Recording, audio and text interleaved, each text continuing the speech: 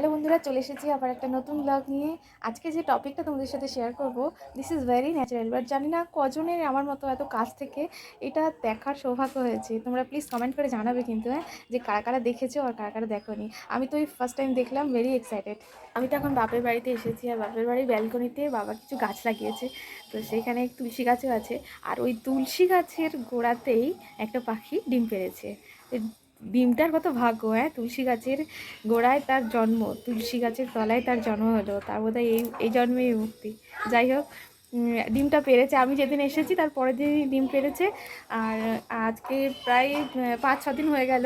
তো ওর ডিমটাতে প্রত্যেক দিন এসে বসে তা দেয়। জানি না কবে ডিম ফুটে বাচ্চা বেরোবে, তবে আমি যে এটুকু দেখেছি ডিমের তা দিচ্ছে, ডিম পেড়েছে, এটাই আমার কাছে বিশাল। আমি তো এটুকুও কখনো দেখিনি, তোমাদের সাথেও শেয়ার করবো। চলো দেখো, এই যে তোমরা দেখতে পাচ্ছ, এই যে আমাদের ব্যালকনিতে যে তুলসী গাছ, ফুলি গাছ আছে, এই টবের ভেতরে একটা পাখি তুলসী গাছের গোড়ায় কিরম ডিম পেড়েছে।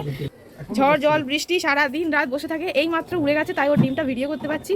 আবার পাখিটা এসে বসলে আপনাদেরকে দেখাবো। বাবলা পুরো ভীষণ এক্সাইটেড, পাখি ডিম পেড়েছে। বাবা ডিমে হাত দিও না। বাবলা পুরো ভীষণ এক্সাইটেড, পাখি ডিম পেড়েছে, ওই ডিমটা দেখবে বলে। খালি পাখিটা উড়ে গেলেই বলছে ডিমটা দেখো। বাবা এসে গেছে পিছনে, এই দেখুন পাখিটা এসে গেছে। পাখিটা এখন বসে আছে ডিমের উপরে, ডিমে তা দিচ্ছে। তোমরা দেখতে পাচ্ছ পাখিটাকে? ডিমের ওপরেই পাখিটা এসে বসেছে, কি সুন্দর ডিমে বসে তা দিচ্ছে। এই দৃশ্যটা দেখে সেই ঠাকুরের কথা মনে পড়ে যাচ্ছে।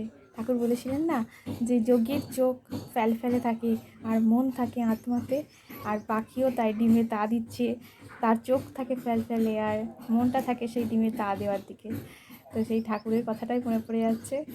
পাখিটাকে আপনারা দেখতে পাচ্ছেন, কি সুন্দর ফ্যালফ্যাল করে দেখছে। আর বাবা আবার এখানে খেতে দিয়েছে ওকে মুড়ি বিস্কুট একটা বাটিতে করে, ওকে জলও দিয়েছে। আজকের ভিডিওটা কেমন লাগলো please do like comment share, and ভালো লাগলে please do subscribe Pinky's world. আর প্লিজ একটা কমেন্ট করবেন, ভালো লাগলেও কমেন্ট করবেন, খারাপ লাগলেও কমেন্ট করবেন। আজকের জন্য বাই বাই।